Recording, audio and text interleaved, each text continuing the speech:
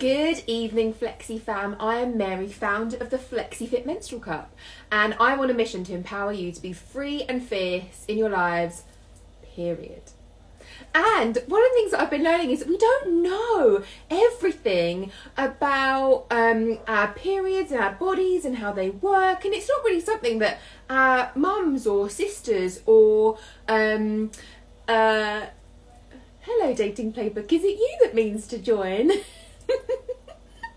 And so they weren't educated, so they don't know. So I am on a mission to give you all the information that you need to be empowered in what your body does throughout its cycle, and to make empowered choices around that. And this evening I have a very special guest for us because there are things around our cycle that mean that our training and our performance is dependent on them. So that is what my special guest is here to talk about, and it's going to be how to maximise your training. So our special guest should be joining us. I've clicked the button through the power of the magic. Yeah, here she is. Welcome, Sarah Liebelt. Hello. Right, let me tell everyone about you because I am super excited. So you are an ex-pro basketball player and a PT with over 25 years experience in sports and fitness industry. You are the founder of Powerhouse International, a fitness company who exists to vitalise your physical and emotional well-being through human connection and exercise. And what I love is that you believe that strong is sexy and mental resilience, confidence and purpose are crucial to living a powerful life. Yes, welcome. And I feel like that last little bit sums up what we're talking about, of harnessing our cycle to maximise our training is like perfect, because if we're all of those things that you believe, then we can just rock it every single day of the month. Every single day of the month, if you choose to. And so, you know what? Come on, of course we do. We're women. We've got stuff we want to do and get done. Yeah. But you know what? As we kind of go through this and have a look at our cycle and the impact on training, you know, we're also going to talk about, you know, some days you just feel crap. Some days you feel weak, you feel weepy, your tummy hurts, you're bloated, your back hurts. Oh my God, you've got a headache and you are angry. Ooh. Yeah, some days you feel that way. It's called PMS. It's natural. It's normal. You can probably reduce it. Well, you can definitely reduce it with great nutrition. But if you experience those things, don't train on that day if you really don't want to. It's just your body saying take a rest. Huh? Is that the end of the live? Book closed. That's it. Done. We're out of here. But no, I wanted to touch on that because I think it's really important, like especially in the society that we live in now, which is all about go, achieve success. We've really lost touch with our bodies, and we've lost touch with like just kind of who we are naturally. And we've lost touch in kind of like listening to, oh, I just don't feel 100% today, or you know what, my back is already quite spasmy. If I then go do a whole bunch of deadlifts, what's that going to then mean for my body? And you know, we look, my opinion is, you know, there's a lot of uncomfortability around things like period. And, you know, we're kind of like told to suck it up and carry on and, oh, don't talk about that gross thing. The reality is, you know, sometimes it knocks us around a bit and doesn't make us feel that good. So that's okay. If you want to sort of like take that time off, same as if you were like a bodybuilder, you would have a rest day because your body needs to recover. Your mind needs to recover. So it's exactly the same in just being a woman and, you know, having your period. Yeah, and look, it's interesting that you said it because I feel like we, as women, we don't oftentimes give ourselves permission to do that. Yeah. And look, I know my experience used to be, there were times and I'd be like, yeah, I rocked that was amazing. Like I've just done like a personal best. And then other days I'd be like, why? Why is it just a struggle even to move my legs? Why is she making me do more shoulders? For everyone that doesn't know, Sarah is my PT and coach. So oftentimes she's not my favourite person. Only for that short period while we're training though. Yeah. But But you're right. There are those times when it's like Superwoman, Wonder Woman, all rolled into one. And there's other times when you're just like, hey, hang on, I could do this a couple of days ago. What's going on now? But don't worry. There's actually like science behind why that is. Right, tell us. All right, so disclaimer, I'm not a scientist. I was blessed with many gifts, but being a scientist was not one of them. So this is just my experience as a personal trainer, my own research, and a lot of paying attention to my body as a woman.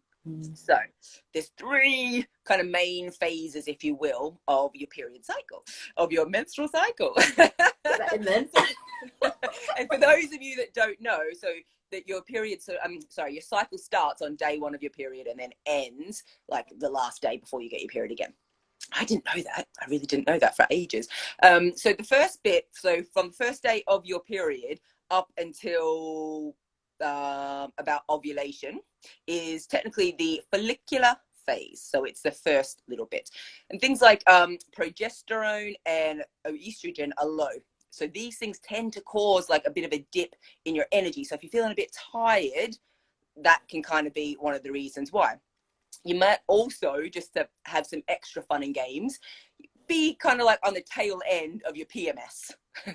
So your PMS can kind of kick in anytime from like 5 to 10 days before the start of your period. So I remember times when I'd be so grumpy, I'd be turning up to my PT clients and I'd just be on the way being like, this is so annoying. Why do I have to come and do this training? I'd be like, I love my job. What's going on? And then I finally was like, oh, you're getting your period in a few days. That's what's going on. So your PMS can kind of kick in before your period, but then like kind of overlap into the beginning part of your actual period, which can be one of the reasons that you feel a bit like, oh, I'm bloated, my back hurts, I don't really feel like training. So if you are kind of feeling that way, be gentle with yourself. However, you can improve your period with exercise.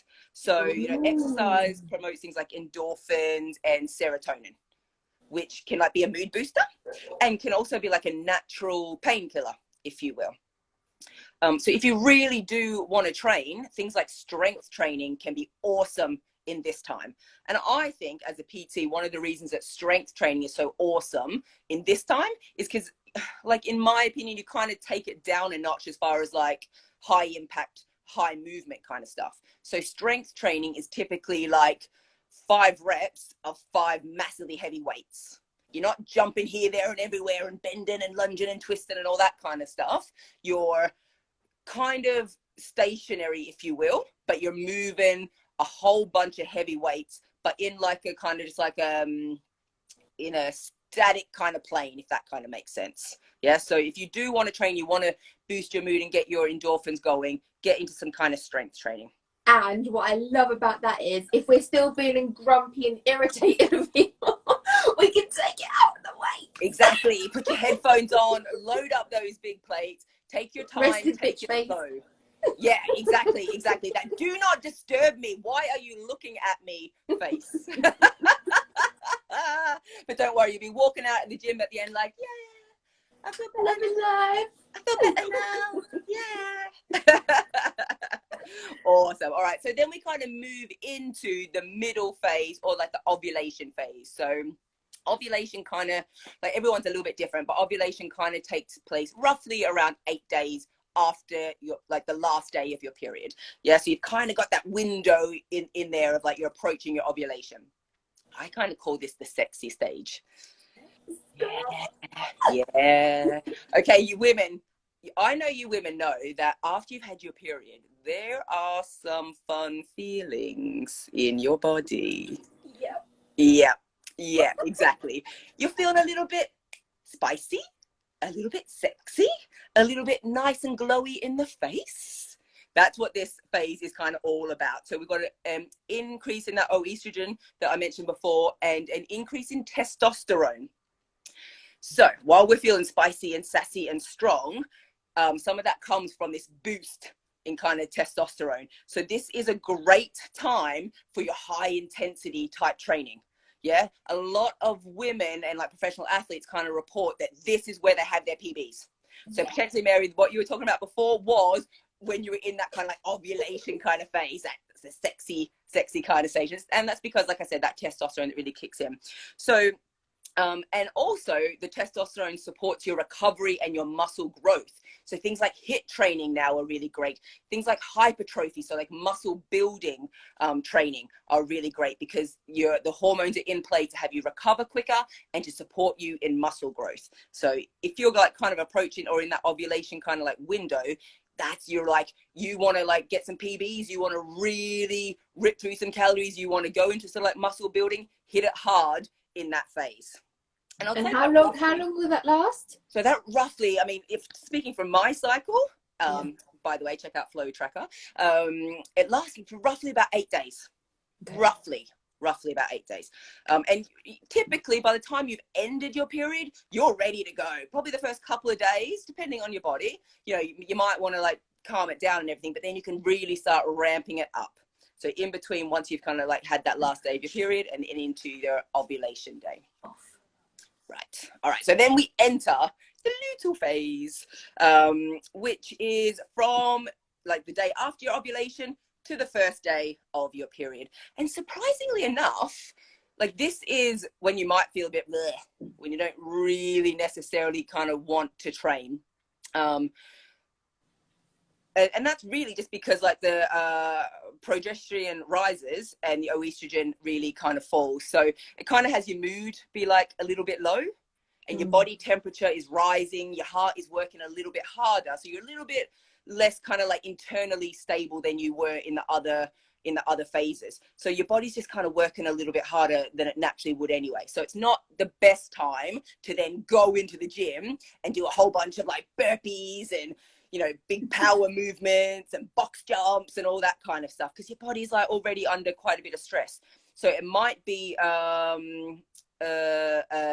more of like take it down a notch, maybe do something that is a little bit different, maybe more of your yoga or your Pilates, or maybe go for like a swim. If you really want your cardio and your strength training in, swimming is a really great option for doing that kind of stuff as well. Plus the water's just kind of quite nice when you're not feeling that great as well. I don't know. What do you reckon? You feel sorted?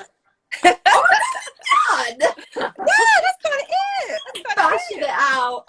Yeah, no, you know me. You know me. So, do you think that then, as women, it would be good for us to take a look at our training program for that month, and really put these phases into it? So like you, I use Flow, so I kind of know where I am in that cycle, in those 3 phases. So do you think that is this because one of the things that I think it's easy to think is this just like, you know, science and it doesn't really mean anything in reality? Is this a lot of effort? Now you're telling me to track my cycle and to then say that I'm going to be doing this kind of training for these many days, like 8 days, that's not many days, and then I'm going to feel pantsy for longer. Do you think it's worth it? Like, as a woman, what would you say? Yeah, 100%. And, you know, like, I was going to say, like, if you've got really big kind of training goals, it's especially important. So, you know, if you're like competing or if you play a sport and you're kind of preparing for that. But actually, like, we're in the gym for a reason, aren't we? It doesn't really matter what your goal is. You're in the gym or training however you want for a reason. So I think it absolutely is really important. One, for the reason that we spoke about in the beginning, as far as like, there's going to be days when you just can't lift as much or can't jump as high or just don't feel like it. And it's critical to understand why that is. Because actually, in the ovulation phase, that middle phase, we do also potentially run the risk of more injuries. Now, there's no real science as to why that is. One of my thoughts is it's the time when you've got all that extra energy. And for women, extra testosterone in your body. So potentially we're like, oh my God, I'm Superwoman. Let's load up the weights or I can do this. Or you might push yourself harder than you normally would have. So it's crucial to understand, do you know what? I'm feeling all of this excess energy and I'm feeling amazing, but also know your limits. So because you want to avoid injury, right? Obviously, we've got lives to be living. We don't want to be laid up in bed and all those kinds of things. But like I said before, you also want to know maybe why you feel so crappy or you're not feeling as strong. So then you can tailor your weights or your workout to your capacity then.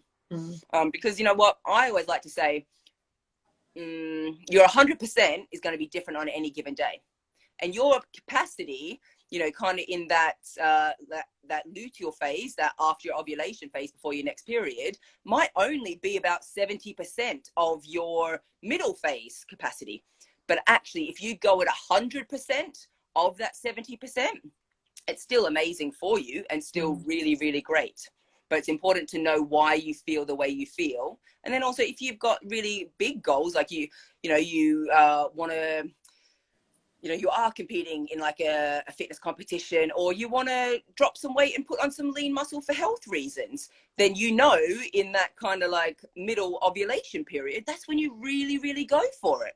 And then the other times around that, you support your body in different ways to then when you cycle back around, you'll have that same ability to really go for it again.